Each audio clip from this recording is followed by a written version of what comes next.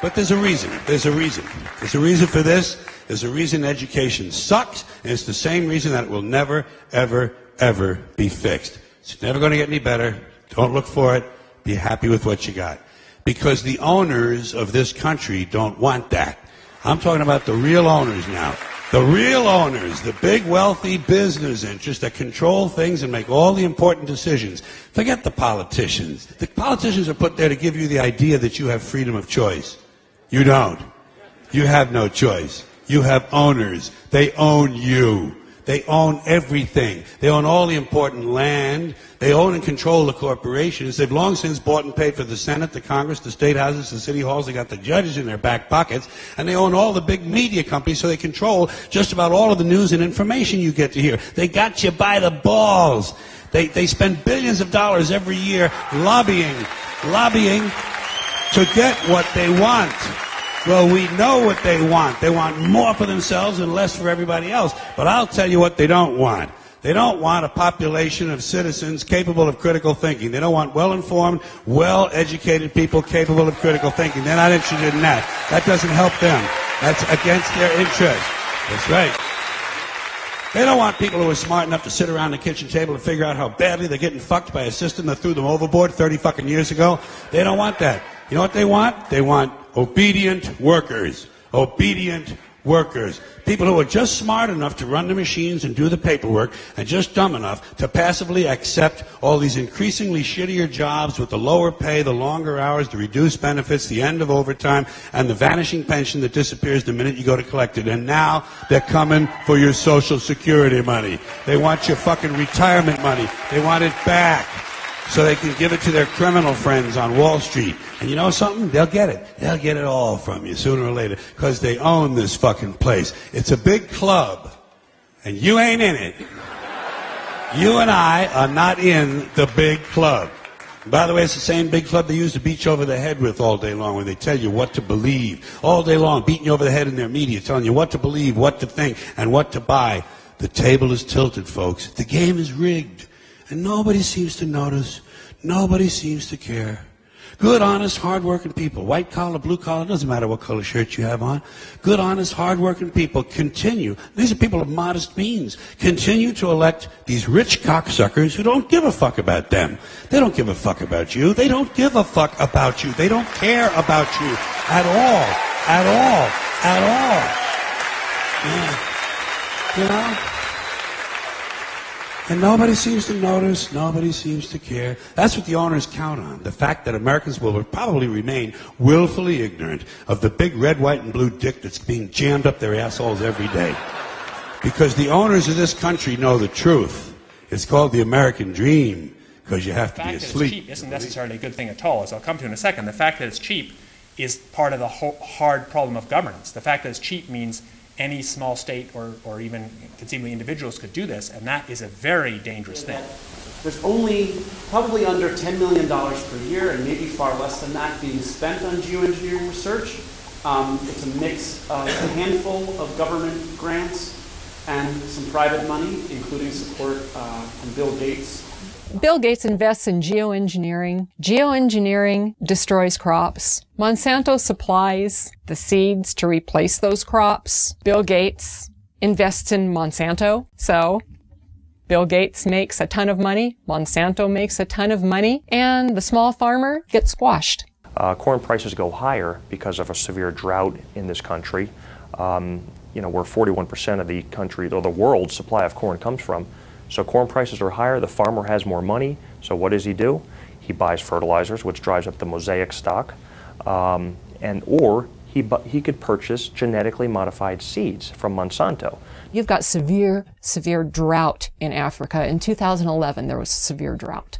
This is causing nothing but death. It's causing starvation, it's causing malnutrition, it's causing a severe water shortage. How do you grow anything without water? You cannot grow anything without water. So what does Monsanto do? They say, oh, we got a drought-tolerant corn for you. There's been an excessive push to get bioengineered crops into Africa. They look at severe conditions as an opportunity. They're disaster capitalists. Okay, so here you have farmers, and they've got flooding, they've got droughts, they've got everything that totally wipes them out. So what happens? Okay, if they plant it early enough in the year, they can go ahead and try and plant again. So buy more seed. Okay, buy Monsanto seed. So they're just raking up on that end of it. Okay, so if you can create enough weather manipulation, you can shorten growing seasons, you can create enough of that disaster, and you've got the seed supply, they've got to come to you.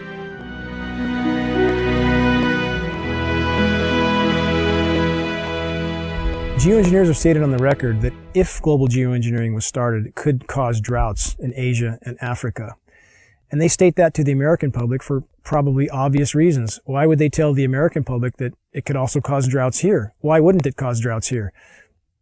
There's nothing special about America and the geography here that would not have the same effect as Asia and Africa. If the atmosphere is filled with particulates, those particulates diminish and disperse rainfall. Period. There's too many condensation nuclei, so the water droplets do not combine and fall as rain. They simply adhere to those tiny particles and migrate further, and that's exactly what we see. One of the suggestions about geoengineering has been that we genetically modify trees and plants.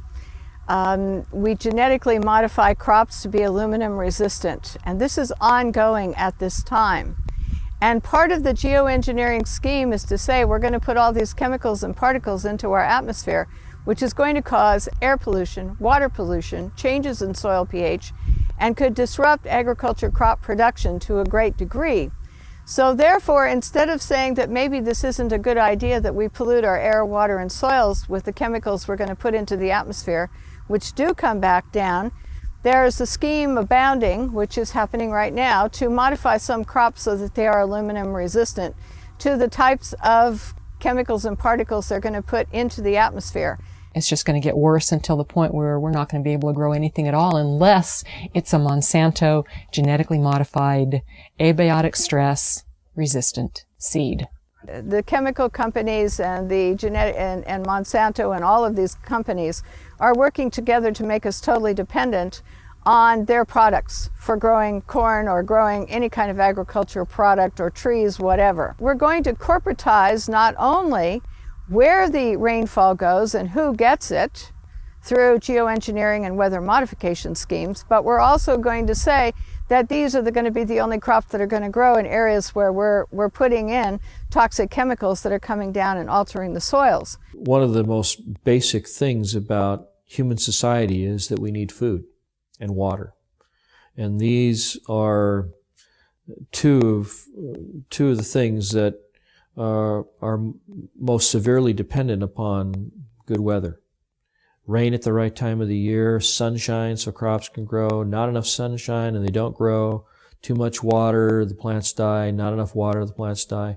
All of this goes back to the amount of food that's available. So if you starve people, they will be vulnerable. They will be much easier to manipulate and forced to do whatever a government wants them to do.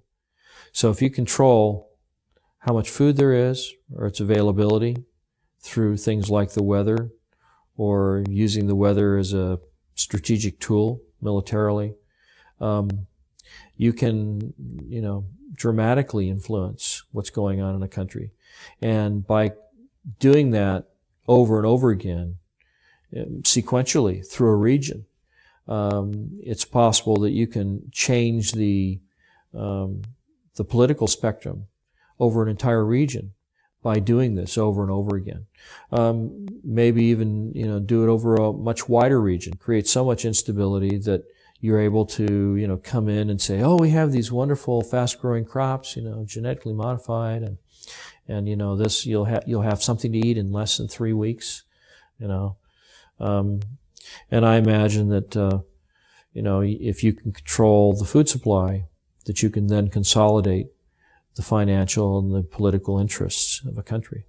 Could predicting the weather enable a group or specific entity to profit from that knowledge of knowing what type of weather or weather pattern will be? Absolutely. That's what all commodities are driven by. They're driven by predicting the weather, how the weather will be in a certain location, and that directly is correlated to the price of that commodity. Absolutely, there's no doubt.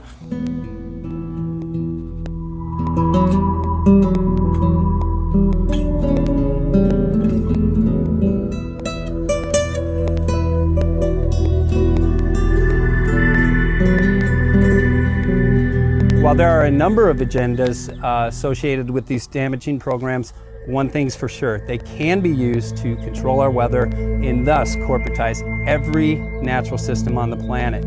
This enables certain individuals to consolidate an enormous amount of both monetary and political power into the hands of a few at the expense of every living thing on the planet. Just by definition, the geoengineering programs are a direct assault on the most elemental aspects of nature. What we're doing when we modify the weather is we're changing the world's climate and we're changing the microclimates, and we are doing it. There are things we can say for certain. There's a mountain of metal raining down on us. We are certainly breathing that metal. We have documented from the computer modeling some unintended consequences. If such a contamination is present, shouldn't we investigate? Shouldn't local agencies investigate, which they have patently refused to do? There's no question that large-scale climate engineering is untested and dangerous. I would disagree quite strongly that it is doesn't exist. I think that the capacity to do it in engineering terms most certainly exists, and that's part of the reason we have to think seriously about how we manage that. We are breathing a mountain of metal, and that can't be denied. If geoengineering continues and the weather manipulation continues and genetic modification continues overtaking, we're going to lose our ability to grow good, nutritious food. We are going to lose our ability to thrive. I personally consider this ongoing toxic dumping into our atmosphere to be, along with nuclear radiation, the most dangerous threats to our health and to our environment. We've seen UV scales go off the charts, which are a known consequence of geoengineering, ozone destruction. We've seen rainfall patterns disrupted in ways that meteorologists don't seem to be able to explain or predict. The challenge that all of these weathermen face, all of them, whether they're aware of it or not, sooner or later they will be aware of it. And I went through a period after the epiphany of, how did I not see this sooner? How? I mean, seriously, I'm supposed to do this for a living. How did I not see this? We seem to have lost our moral fiber and our ethical compass when we talk about that we all should live within an experiment that somebody else is conducting. If you knew or could predict the weather at any given time, in any given area, then you control the fate of mankind and what they pay for everything. Washington is not responsive to the average person. It's responsive to commercial interests who can spend millions on campaigns now without restriction, who literally drive the policy making in Washington, D.C. I guess I'm under the belief that you can't control the weather. You know, I hope someday we could control the weather. Power becomes an addictive thing. We're taking what the Creator has created, usurping His authority, and bringing it under the authority of corporations. I'm worried that one person or one group would try to have that much leverage over the whole planet. I don't believe that anybody has the right to play God, especially when they're putting particles and chemicals into the atmosphere, which there's unintended and consequences that are known. We don't know it all. We cannot assume the role of creator without dire consequences. This is not a good idea, and this is not a reason to take and do a test. The atmosphere and the earth belong to all of us. It provides the food we eat, the air we breathe, the water we drink, and no one should have the right to own it. The biosphere is at risk from top to bottom. Though you have climate scientists calling for emergency geoengineering due to events like methane mass expulsion, which appears to be occurring in the Arctic. It would have a significant impact on the way that we operate. Notice it also has enormous political, social, and economic implications. And so we don't want to have some giant planetary oops, I mean capital oops, in which you have a loss of life. It's much, much harder to actually figure out the environmental risks and effectiveness of these new methods than it is to cook them up. They're creating an artificial environment to replace the natural environment. Shredded ozone layer, global drought, toxified soils, poisoned populations, don't these issues matter? Affecting ecosystems in ways we've never been able before. The whole concept of literally playing God with the technologies we have at our fingertips today.